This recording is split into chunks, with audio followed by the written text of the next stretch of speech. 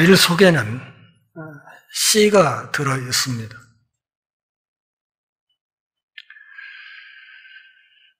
어떤 이는 그 씨앗 속에서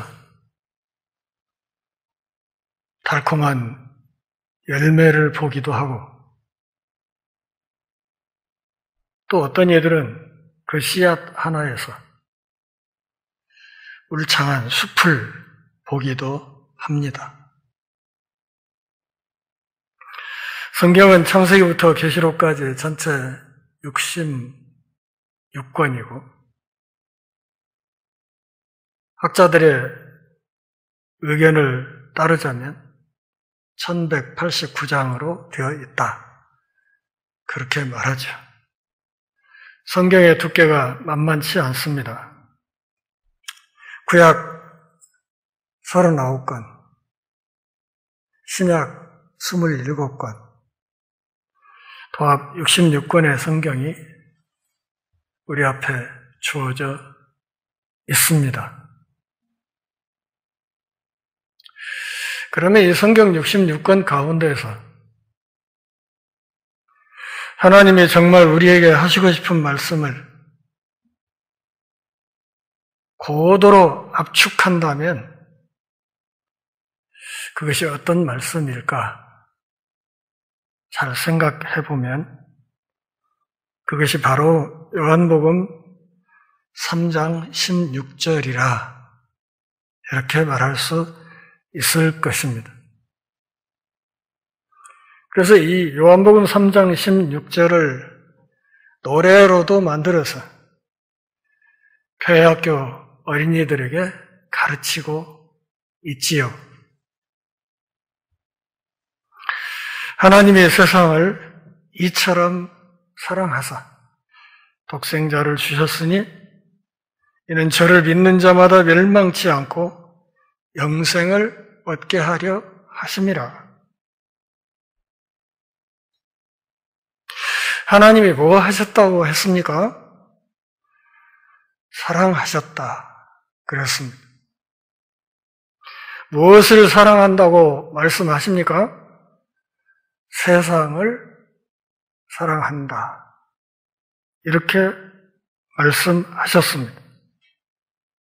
사랑하셨기에 무엇을 주셨다 하셨습니까? 독생하신 아들을 주셨다 그랬습니다. 독생하신 아들, 독생자 아들이라는 말은 외아들이라는 말하고는 다릅니다. 많은 이들이 독생자를 외아들 이렇게 생각하시는데 그렇지 않습니다. 왜 그런가 하면 외아들은 어떤 부부에게 아들이 하나 있었는데 어쩌다 그 아들이 무슨 일로 없어지게 되어도 부부 사이에 또 다른 아들을 생산할 수도 있기 때문에 독생하신 아들이라는 말은 외아들하고는 개념이 다른 것입니다.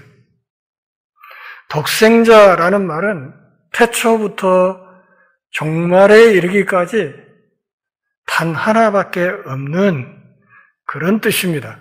그러니까 이 아들이 없어지고 나면 대안이 없다, 그런 말이죠. 그런 뜻에서 이 독생자라는 말은 외아들하고는 개념이 좀 다릅니다. 하나님이 세상을 사랑하셨기 때문에 독생자를 주셨다. 그래 놓고 그 다음 구절에서 믿는 자마다 멸망치 않고 영생을 얻게 하려 하심이라 이렇게 말씀했어요. 다시 말하면 하나님이 세상을 사랑해서 독생자를 보내신 이것이 멸망과 영생을 가르게 될 것이라 이것을 말하는 것입니다. 이 땅의 모든 사람들을 멸망과 영생의 갈림길에 세우는 일이 하나님의 독생자를 이 땅에 보내시는 것으로 발생한다, 그런 말이에요. 17, 18절에서 보충 설명을 합니다. 그 아들을 세상에 보내신 것은 심판하려는 것이 아니라 그 아들로 말미암아 세상에 구원을 받게 하려 하십니다. 그러니까 하나님이 독생자를 이 땅에 보내시는 그분의 본심은 믿지 않는 사람들을 심판하는 데 방점이 있는 것이 아니고 그분의 본심은 그 아들을 믿고 사람들이 구원 얻고 영생을 얻게 하려는 것이다. 이렇게 말씀하는 것이지요. 18절에 두 부류의 사람이 있다. 그렇게 말해요. 믿는 자는 심판을 받지 않는다.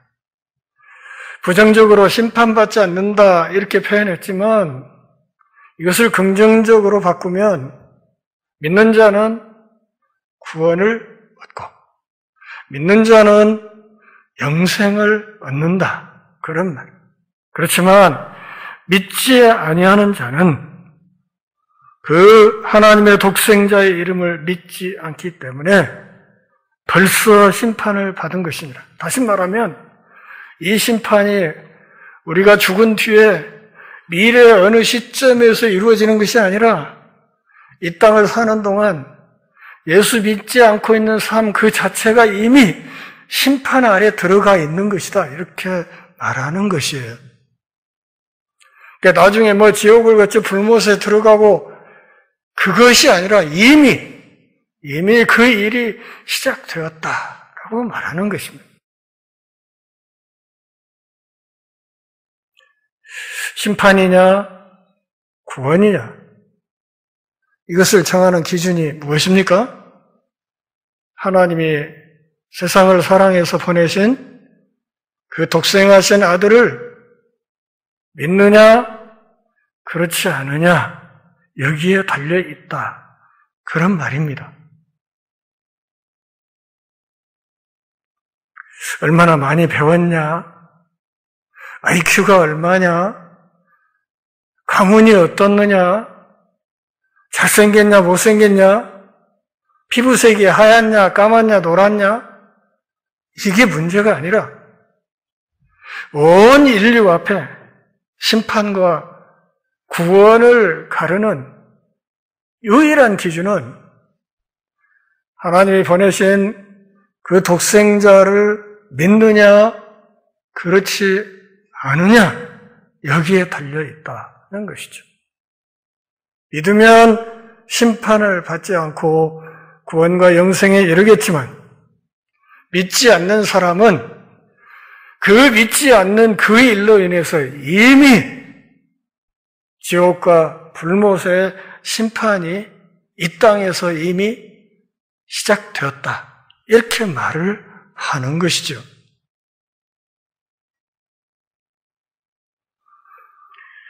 하나님의 세상을 이렇게 사랑하셨다. 그래서 독생자를 주셨다. 하시고 그 뒷부분에서 믿는 자마다 멸망치 않고 영생을 얻게 하려 하십니다. 이렇게 말씀하시는 것은 그렇다면 이 세상이 무엇이냐?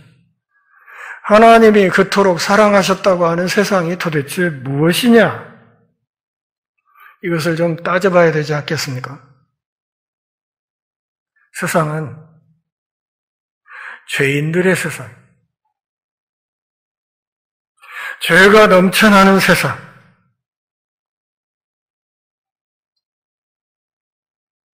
죄로 참으로 추악하게 된 인간들이 바글바글하는 세상. 원래 창세기에서 보면 인간은 하나님의 형상으로 지어졌자 이렇게 말했죠. 그런데 지금은 이 지구촌에서 가장 사악하고 가장 악랄하고 가장 잔인한 포식자가 되었습니다. 하나님이 지어주신 터, 하나님이 지으신 세상에서 하나님이 우리 삶의 바탕으로 만들어주신 대자연 속에서 그것들을 잘 관리하고 다스리면서 하나님이 지으신 모든 동물과 식물과 함께 하늘의 평화를 이 땅에 구현해야 될 책임을 받은 인간이 끝없는 탐욕으로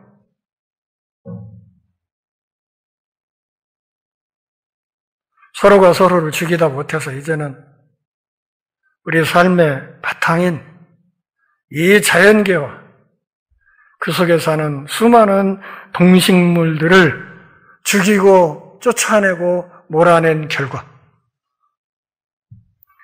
삶의 털을 잃은 수많은 짐승들이 인간의 영역과 섞여 지내게 되면서 코로나19 같은 이런 인수 공통 감염병이 발생하게 되고 눈에 보이지도 않는 이 바이러스 하나로 인류 전체가 보시다시피 입에 하얀 재갈들을 하나씩 물고 2년 가까이 답답하게 살고 있습니다. 질병으로 인한 재앙, 기후로 인한 재앙. 그래서 20, 30년 안에 이런 일로 지구에 종말이 올 것이라 이렇게 예측하는 학자들도 상당히 많고 그들의 그런 주장에 딱히 반발할 만한 근거를 찾기가 어려운 세상입니다. 하나님이 그런 세상을 사랑하셨다. 함께 사는 법을 잊어버린 인간에게 하나님과 함께 살고 이웃과 함께 살고 자연과 함께 살고 그 자연 속에 있는 숱한 생명들과 화평을 이루며 사는 법을 잊은 이 포악한 인간들을 건지기 위해서 하나님이 독생하신 아들을 보내셨다. 다시 말하면 이 세상 우리 같은 죄인들을 건지기 위해서 하나님이 독생자를 보내셨다. 중요한 것은 내가 죄인인가? 이 물음에 정직하게 답하는 것입니다. 내가 죄인인가? 제가 처음에 예수 믿기 힘들었던 이유가 거기에 있었습니다. 내가 왜 죄인이야? 나 부모님 속썩인 적 없고 학교 착실하게 왔다 갔다 잘하는 범생이고 사람들이 하지 말라는 나쁜 짓 별로 한 적 없고 법 없어도 살 사람이 아니라 법이 지켜주지 않으면 살지 못할 정도로 순둥이인데 내가 왜 죄인인가? 이게 납득이 되지 않아서 예수 믿기가 힘들었습니다. 결국은 기준이 문제죠. 그 죄를 정하는 기준이 뭐냐? 여기에 따라서 죄인이냐 아니냐 이것이 판정될 것입니다. 어떤 사람이 교통 속도를 위반해서 범칙금 딱지가 날아왔다고 투덜투덜 됩니다. 물어봤어요. 몇 킬로로 주행했는데 딱지가 날아왔냐? 이렇게 물었더니 42킬로래요. 스쿨존에서 42킬로로 주행을 하면 범칙금 딱지를 끊습니다. 왜요? 거기 기준은 시속 30km이기 때문에 그렇습니다. 또 어떤 사람은 범칙금 때문에 끙끙거립니다. 몇 킬로로 주행했나? 물어봤더니 61km래. 시내 50km 제한 도로에서 61km로 주행하면 딱지를 끊습니다. 기준이 문제죠. 어디는 30km, 어디는 50km, 어떤 고속도로는 100km, 어디는 110km. 그 기준에 따라서 때로는 80km로 주행을 해도 아무렇지도 않은 때도 있고 사정없이 범칙금 통지서가 날아오는 때가 있습니다. 하나님은 사람이 사람을 미워하기만 해도 그것이 곧 살인하는 것이다. 이렇게 말씀합니다. 그러니까 하나님의 기준은 꼭이 흉기를 들고 가서 누구의 숨통을 끊어야 살인이 아니고 어느 한순간 내 마음속에 누군가를 미워하는 마음이 있을 때 그것 자체가 살인이라 이렇게 말을 하는 거예요. 기준이 다르다. 그죠? 시기하고 분을 내고 질투하고 하는 모든 죄. 더 적극적으로는 사랑하고 섬기지 않는 죄. 조그만한 힘만 있어도 나보다 약한 자에게, 내 밑에 있는 사람들에게 갑질하는 죄. 이 모든 것이 죄라 이렇게 말해요.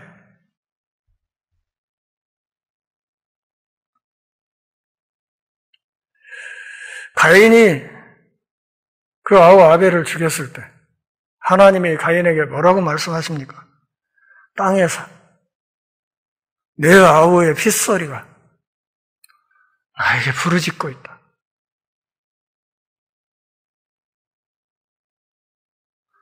애굽의 바로가 이스라엘 백성들을 무지막지하게 핍박할 때 사내 아이가 태어나면 무조건 죽이라고 하는 이 무시무시한 시기에 하나님이 뭐라고 말씀하십니까?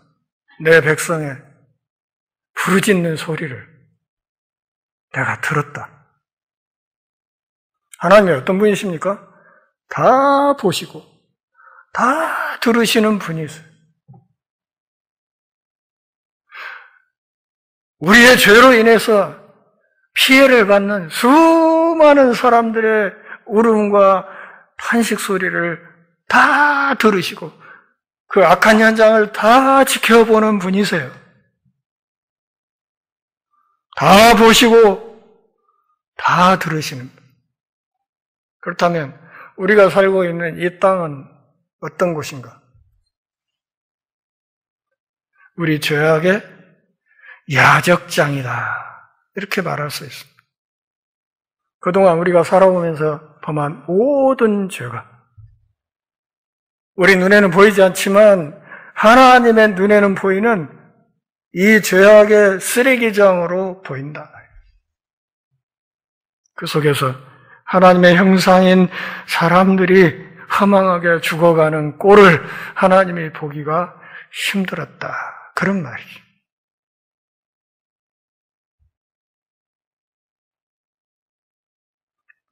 우리가 하루에 한 가지씩 죄를 지었다고 하면 여러분 한번 계산해 보세요. 1년에 적어도 한 300-400개. 거기에 나이를 곱해보면 아무리 착하게 산 사람도 그 죄악의 가지수가 만만치 않다는 것을 알 수 있습니다. 우리가 먼저 알아야 될 것은 이 모든 죄의 최대 피해자는 하나님 자신이라 하는 것. 내가 너를 이 세상에 보낼 때 그런 짓 하라고 보낸 게 아닌데 왜 하나는 짓은 않고 엉뚱한 짓만 그렇게 하는가? 왜 나를 기쁘게 하는 일은 하나도 하지 않고 내 가슴을 아프게 하는 짓만 계속 하는가? 그런 점에서 우리가 범한 모든 죄악의 최대 피해자는 하나님이시고 이 죄를 근원적으로 해결하는 방법은 단 한 가지, 피해를 입은 그분이 상처를 입힌 사람들을 끌어안고 용서하는 길밖에 없습니다. 그것이 원천적으로 이 죄를 해결하는 방법입니다. 우리 아버지가 정말 아끼는 도자기가 하나 있었는데, 골동품 도자기가 있었는데, 어느 날 내가 아버지 방을 청소하다가 실수로 그걸 떨어뜨려서 방바닥에 찰칵 깨뜨렸어요. 아버지 오시기 전에 이거 큰일 났다 싶어서 강약 본드를 주워다가 쪼가리를 전부 맞춰서 아무리 정교하게 그것을 다시 붙여서 모양을 얼추 비슷하게 만들었다 해도 이미 그 깨진 도자기는 원래 도자기가 아닌 거예요. 그렇죠? 두려움에 떱니다. 아버지 돌아오시면 난 이제 마저 죽었다. 어떤 의미에서 자식보다 더 아끼는 저 골동품인데 나는 이제 죽었다. 오늘이 내 제삿날이구나. 이렇게 생각해서 두려움에 떱니다. 이 두려움에서 근원적으로 빠져나올 수 있는 유일한 길은 어떤 거예요? 아버지가 오셔서 네가 깼어? 괜찮아. 이 도자기보다 네가 더 중요해 나한테는. 괜찮아. 너무 걱정하지 마. 아빠 방 청소하느라 그랬구나. 고맙다 야. 이래야 이게 풀리는 거예요. 그렇지요? 어떤 의미에서 피해자가 아버지인데 그 아버지가 괜찮아. 이렇게 해야 이것이 근원적으로 없어지는 것이지. 그것을 강력본드로 붙이려고 노력을 한다든지 그 실수를 만회하기 위해서 앞으로 계속 착한 일을 열심히 하면서 살아간다든지 그런다고 해서 이것이 해결되는 것은 결코 아닙니다. 로마서 6장 23절에서 뭐라고 말합니까? 죄의 싹은 사망이다. 죄가 있으면 그 벌은 죽음으로 감당해야 된다. 이것이 하나님의 법이에요. 그런데 우리에게 기쁜 소식이 있습니다. 어떤 기쁜 소식? 아까 우리가 읽었던 것처럼 요한복음 3장 16절 하나님의 세상을 이처럼 사랑하사 독생자를 주셨으니 이는 저를 믿는 자마다 멸망하지 않고 영생을 얻게 하려 하심이라. 할렐루야.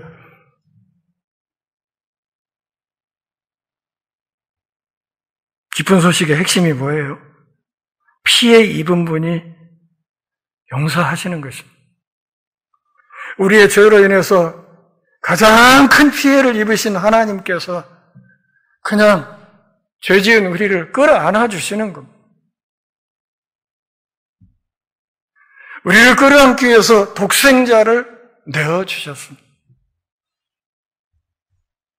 이 독생자를 내어주셨다 하는 이 말을 우리가 너무 쉽게 읽고 지나가는 경향이 있는데 잘 생각해 보셔야 합니다. 여기에 하나님이 우리를 향한 사랑의 크기와 깊이와 넓이와 높이가 확연하게 드러나기 때문입니다. 저 친구 중에 아들만 5을 둔 친구가 있습니다. 어느 날 만나서 이야기하는 중에 야, 너 아들 5이나 되니까 하나 낳아주라. 그러면 너 4이고 나 2이고 그래도 네가 2이나 더 많네? 이렇게 이야기를 했어요. 그랬더니 농담인데도 옆에 계신 사모님이 그 친구의 아내가 펄쩍 뛰면서 에이, 그렇게 안 된다고. 그러면서 저보고 딸 3이나 되니까 하나 달래요. 자기는 딸이 없다고? 근데 가만히 생각해 보니까 저도 딸을 하나라도 내줄 생각은 없어요. 그래서 그냥 농담이고 없던 일로 치세. 서로 잘 키우게 이제 이러고 말았는데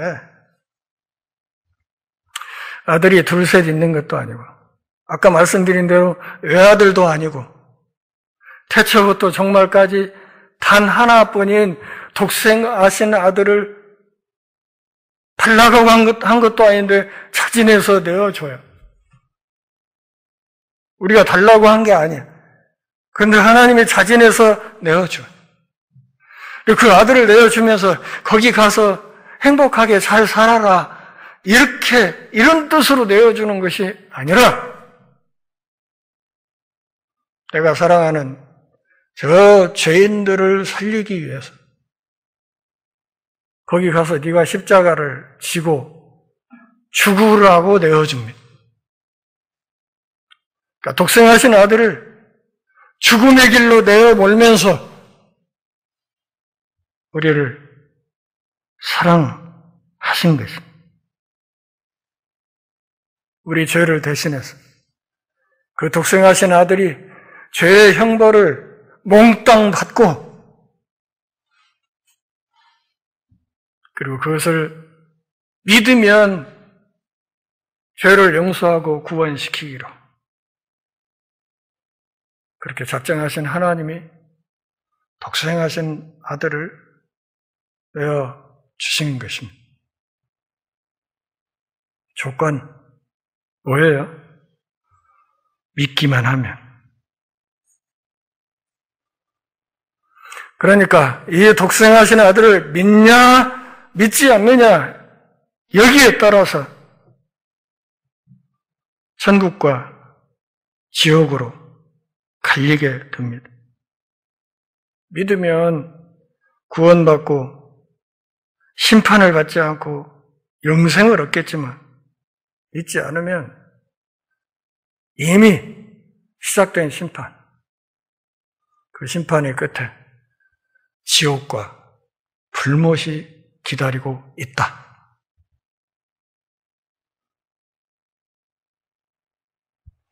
이거 예상 기쁜 소식이 있습니까? 구원받기 위해서 무슨 착한 일을 하라는 것도 아니에요. 밤하늘에 있는 수많은 별들 가운데 한두 개만 따오면 구원시켜주겠다고 말씀하신 것도 아니에요. 돈 얼마를 가지고 오면 구원하겠다고 말씀하시는 것도 아니에요. 네가 100m를 8초에 뛰면 내가 구원시켜줄게 이렇게 말하는 것도 아니에요.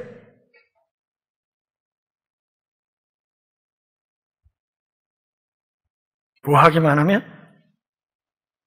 믿기만 하면. 이 기쁜 소식은 요즘 돈이 판치는 이 세상에서 로또가 연속으로 100번 1등 당첨되는 것보다 더 기쁜 소식입니다.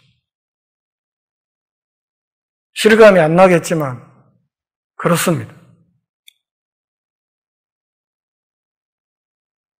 우리는 그 기쁜 소식을 믿음으로 받아들였고 그래서 지금 심판을 면하고 구원 얻고 영생을 누리는 길에 들어서서 새하늘 새 땅을 향해 동역자들과 함께 행진하는 중입니다.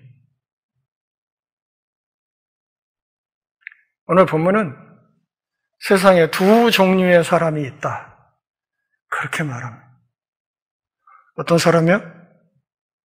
믿는 사람? 믿지 않는 사람. 믿어서 심판받지 않고 구원받고 영원한 생명의 길, 새하늘 새 땅으로 들어가는 사람. 그래서 예수님과 더불어 만물을 영원토록 다스리는 자리에 들어가는 사람. 또 하나는 믿지 않고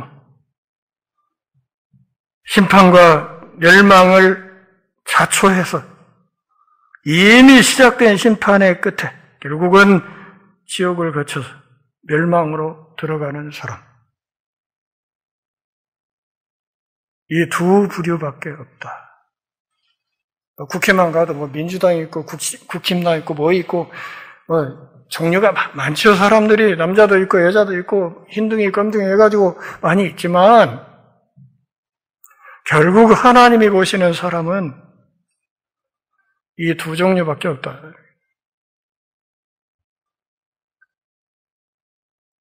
독생하신 아들을 믿은 하나님의 자녀이냐? 그렇지 않으냐? 비록 이 땅에서 한 가정에서, 한 직장에서, 한 학교에서 우선은 함께 섞여 지내고 있다 하더라도 이 기준에 따라서 누구는 불못으로, 누구는 새하늘 새 땅으로 들어가게 될 것이다. 그런 말이죠.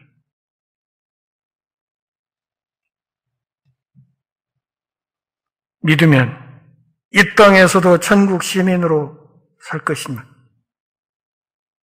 그래서 마침내 새하늘 새 땅에 들어가겠지만 믿지 않으면 이 땅에서 이미 심판을 경험하면서 영원한 불못으로 들어갈 것이다.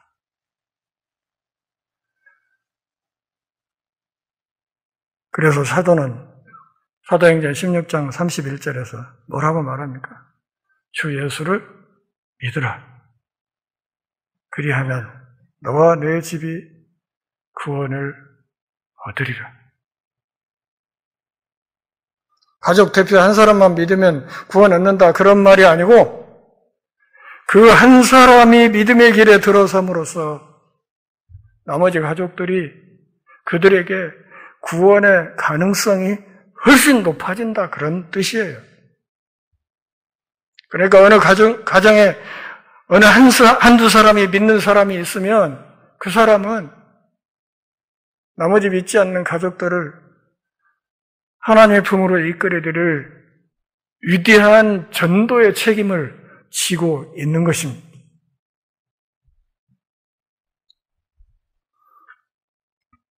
요한복음 3장 16절 같이 읽어보시죠. 하나님이 세상을 이처럼 사랑하사 독생자를 주셨으니 이는 저를 믿는 자마다 멸망치 않고 영생을 얻게 하려 하심이니라. 이보다 더 기쁜 소식이 어디 있습니까? 그러기에 이 한 절이 성경 전체를 고도로 압축한 한마디 말씀이라 이렇게 제가 얘기를 드렸던 것입니다. 이 말씀을 가슴에 품고 내 사랑하는 가족과 부모, 형제, 선후배, 직장 동료들에게 또 우리 이웃들에게 힘써 복음을 전하고 그들에게 세상의 그 어떤 것보다 큰 선물, 영원한 새 생명을 선물하는 이번 한 주간 또 우리의 남은 날이 되기를 바랍니다. 기도하겠습니다. 하나님 아버지, 주님의 은혜로 오늘도 우리가 함께 모여 경배하며 제 말씀 듣는 복 주셔서 고맙습니다. 독생하신 아들을 내어주신 하나님의 사랑, 그 사랑의 크기와 깊이와 넓이와 높이를 우리가 더 실감나게 느낄 수 있게 하시고 감사하는 마음으로 복음을 전하는 사역에 더 힘을 낼 수 있게 하옵소서. 예수님의 이름으로 기도합니다. 아멘.